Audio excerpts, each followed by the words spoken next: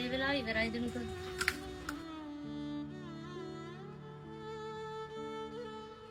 එතකොට අපි ආයේ කවදාවත් හම්බෙන්නේ නැති වෙයිද? හම්බේ. ඒත් එදාට අපි දෙන්න ගොඩක් වෙනස් වෙලා තියෙන්නේ. අපි දෙන්නට අපි දෙන්නව අඳුර ගන්න බැරි තරම. ඒ වුණාට මම තාමත් වඩා ආදරේ. ඇයි අපිට තාමත් එකට ඉන්න බැරි?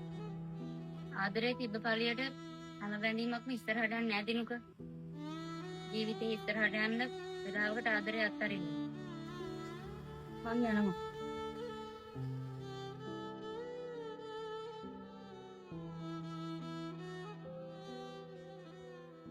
ඇත්තටම ආදරය කරන මිනිස්සු කවදාවත් දාලා යන්නේ නැහැ.